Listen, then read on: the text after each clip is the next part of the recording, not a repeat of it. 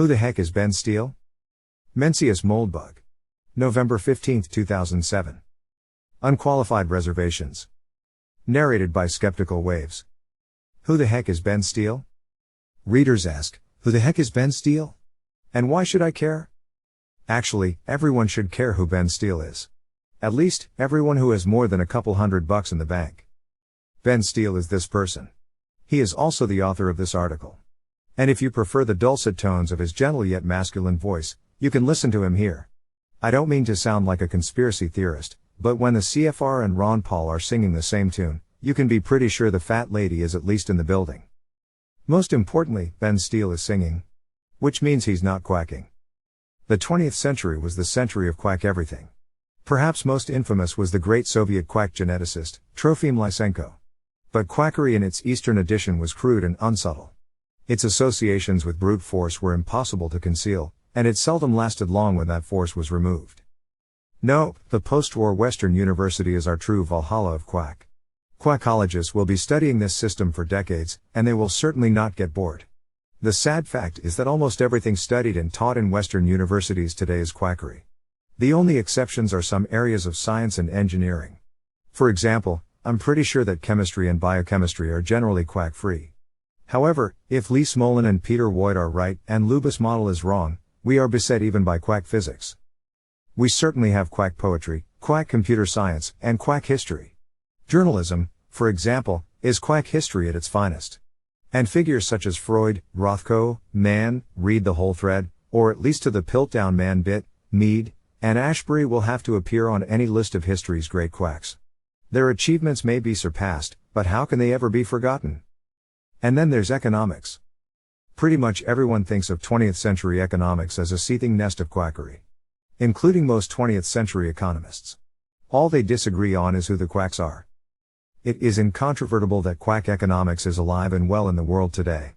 It is possible that the Austrian, Chicago, George Mason, New Keynesian, and post-autistic schools of economics are all quack. It is certainly not possible that they are all non-quack. So how can you tell the difference between a real economist and a quack economist? I'm afraid a bit more than $64,000 is riding on this question. Here is my answer. Please feel free to refute it in the comments section. I have an open mind, but it tends to close after a while when it doesn't hear any good arguments. My test is that a real economist is an economist who believes that any quantity of money is adequate. A quack economist is an economist who believes that increasing prosperity, or even continuing prosperity, demands a continuously increasing quantity of money. There is a word which means an increasing quantity of money. The word starts with an I, however, in the 20th century this word started to be used in a new way, meaning an aggregate increase in prices. While the two phenomena are certainly related, using the same label for both doesn't strike me as the ideal way to elucidate the relationship. And when you realize that the new meaning largely dominates in modern English usage, leaving no word at all for the old meaning, the needle on your quack detector may start to pop a little. For this reason, I prefer to borrow a term from a slightly different department of finance, and describe an increasing quantity of money as dilution. If there is any ambiguity, one can eliminate it by speaking of monetary dilution.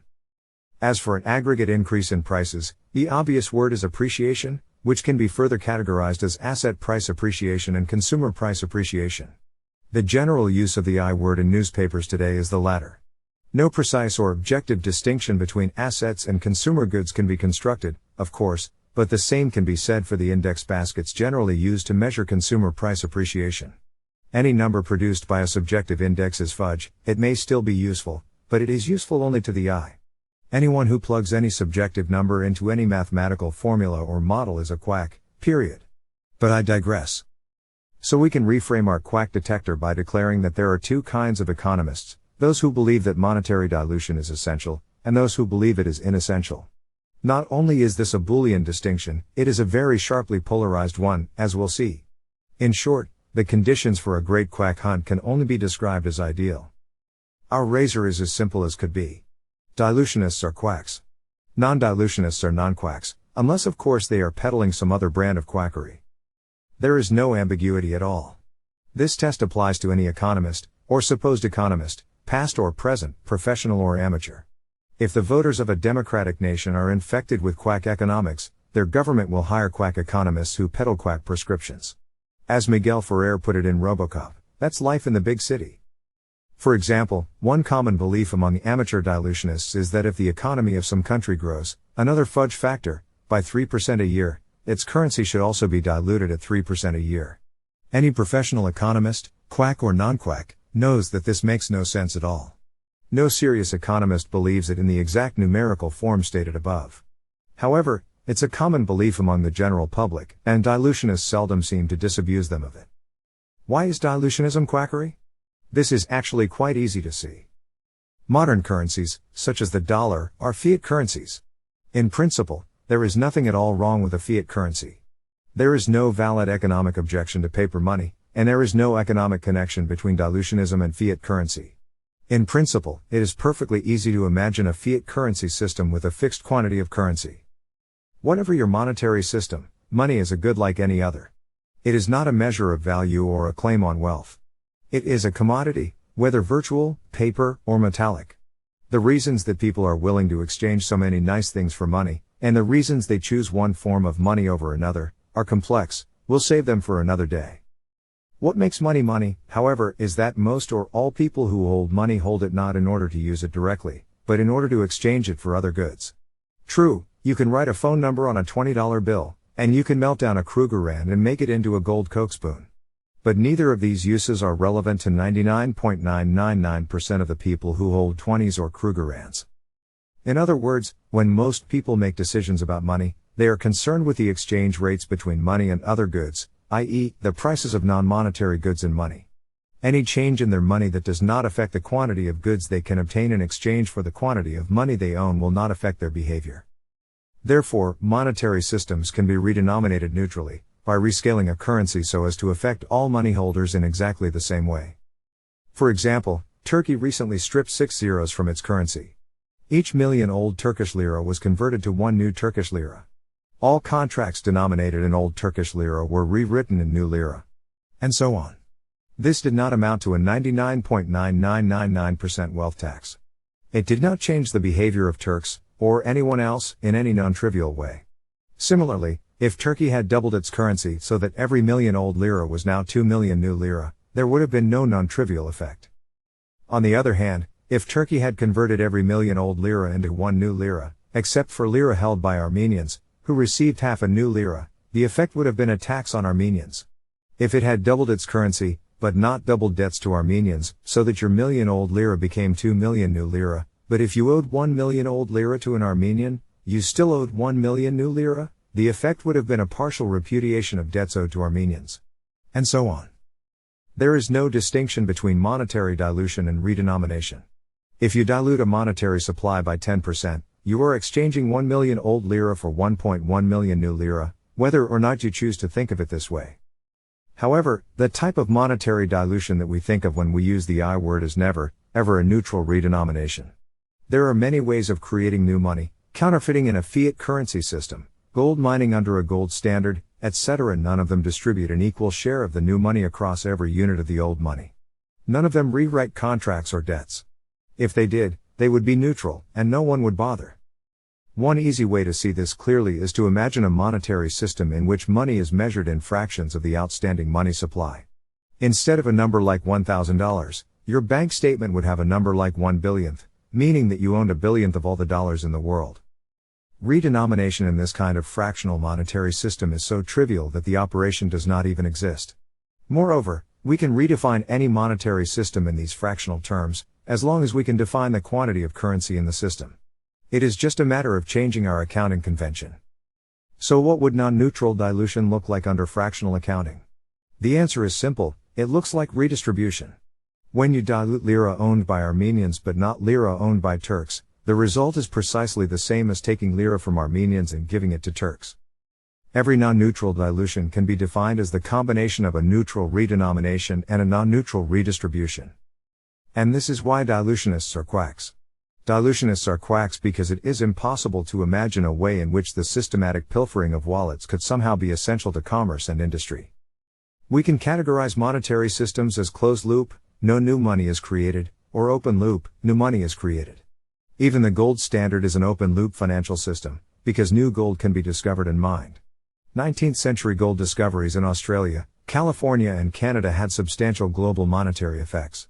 But at least Mother Earth is in control of this particular loop. Obviously, fiat currencies are all at least potentially open loop. Typically the state, by persecuting all counterfeiters other than itself, controls the loop. For example, the most naive form of dilution is simply for the government to print money and spend it. This is not how dilution works in most Western countries today. Rather, modern governments use their fiat currencies to issue perfect loan guarantees.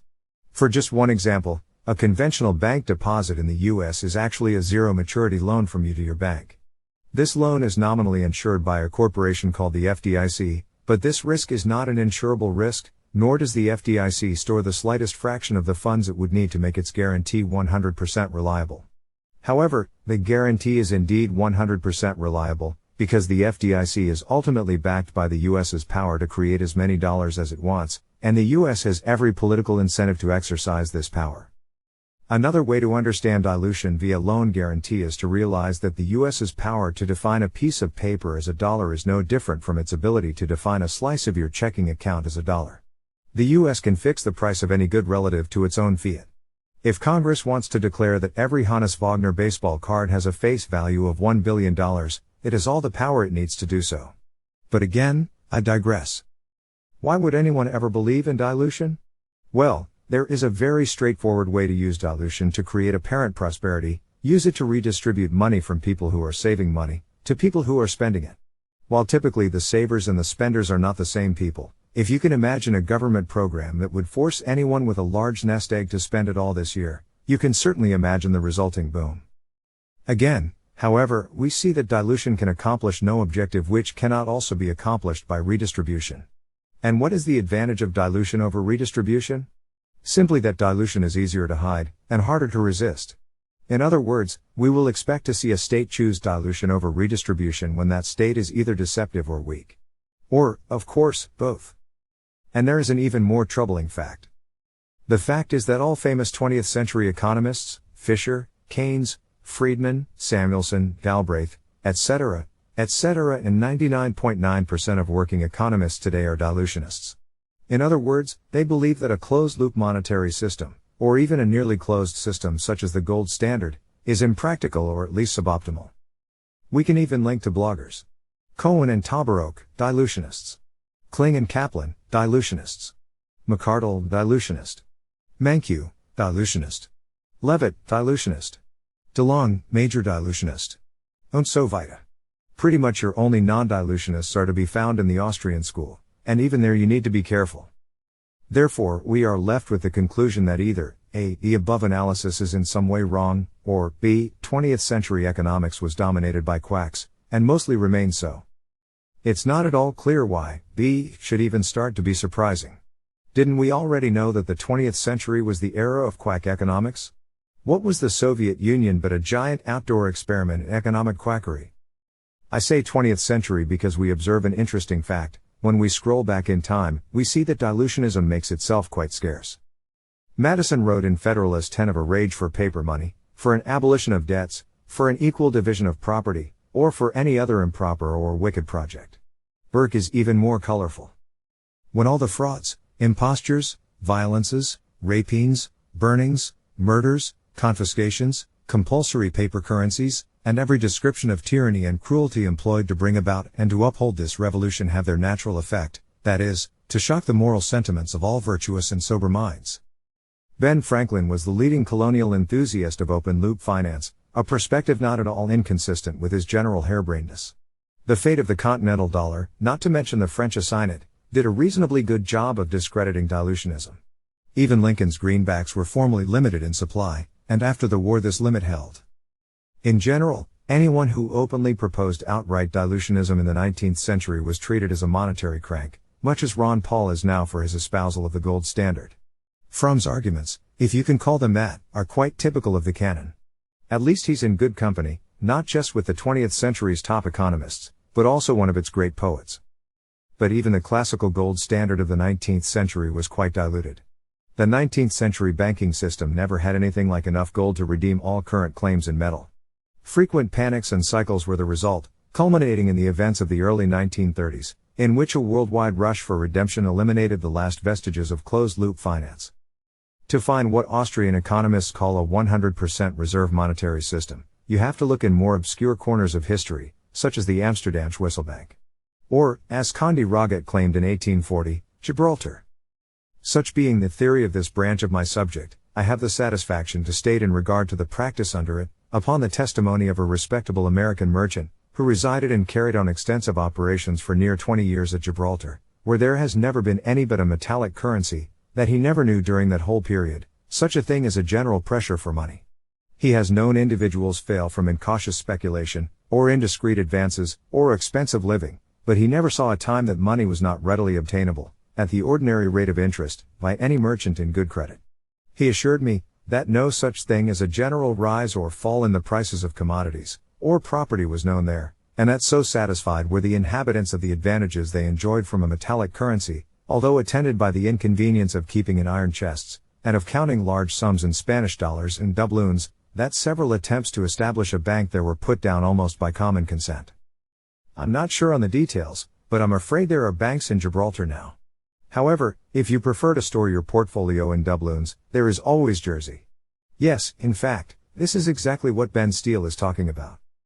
See also Sebastian Malaby, in Monday's Washington Post. Again, the CFR rears its ugly head.